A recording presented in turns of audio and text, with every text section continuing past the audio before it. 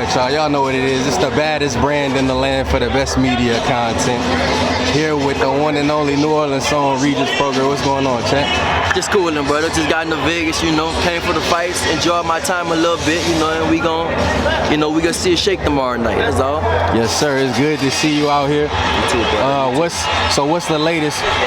What's the direction your career going in? Who you signed with now, and what's the latest? So I'm with MTK. If people don't know, I signed with MTK, and then as far as the promotion, I'm with Probellum. So, you know, we basically what's supposed to happen is, you know, I should be fighting for another world title this year. Probably sometime this year. They told me I should probably be in the ring the beginning of this year, maybe 2022, January, right? 2022, right. Yeah, January, February, or something like that. You know, so you know, we just go see what happens. You know, like my goal is to stay at 140. My goal is to be a two-time world champion at 140, and then I'm gonna go up to 147. You know, everybody telling me, man, go up to 147. I'm like, you know what? Let me get my belt again. I still feel like I should be a world champion at 140 right now, and so I want to be a champion again, and then I'm gonna go ahead and go up to 147. You know, so yeah, that's it, bro. But like I said, man, just training every day, still training, still doing what I gotta do, and just waiting for something to shake.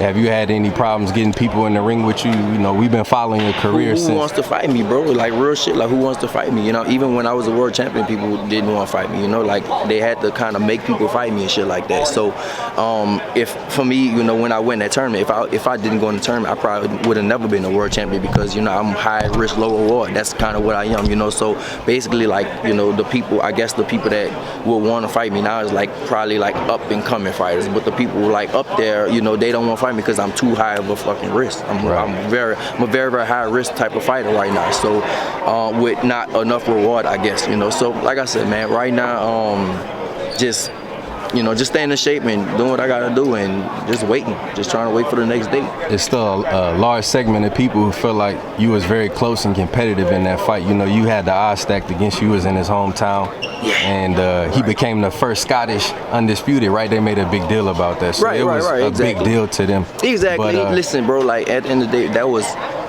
was Josh Taylor's night. You know what I'm saying? Right. Like sometimes you can't take that away from a person. I don't think I could have did nothing to win that fight. You know what I'm saying? That night. You know, I still think I'm a better fighter, but at the same time, like, I don't think it's all right. I don't think that, you know, I could have. I don't think that. I just think that was his night, bro. Like, he had a lot of stuff. Like, basically, he had, like, I know his trainer at the time. His trainer's like sister died. You know, he went through his father-in-law died. He went through that. You know, so like it was his night, bro. At the end of the day, you gotta just recognize when it's somebody's night, and that was his night. And you know, for me, I recognized that, and I moved past it, and I got a different path, bro. Like ever since that, like I'm not gonna lie, brother, my life been like great since that, you know. So imagine if I would have won, what would have happened to my life? Personally, what would have happened to my life if I would have won that? I don't know. I can't say what would happen, what would not, but honestly, bro, like my life is like fucking perfect right now, super perfect, and I got a different path, and like I said, I'm gonna be a world champion. I want to be a world champion again. That's you know what I'm doing. I keep it real with you. A lot of people still don't want to fight Taylor, and you want to fight him again, you know, to avenge that. A lot of people, I know, I done heard dudes say, "Oh, that's a big, tall," you know. That motherfucker big, he's strong, bro. But I still feel like I want to fight him again, you know. And he's a real fighter, and he said it himself. He was like, "Yeah, I'll fight him." You know, he was like, "I'll fight him again too." You know, so I think that I think we'll do it again eventually, probably like at 147 or something like that down the line. Do you think he's gonna move up and the belts will be vacated?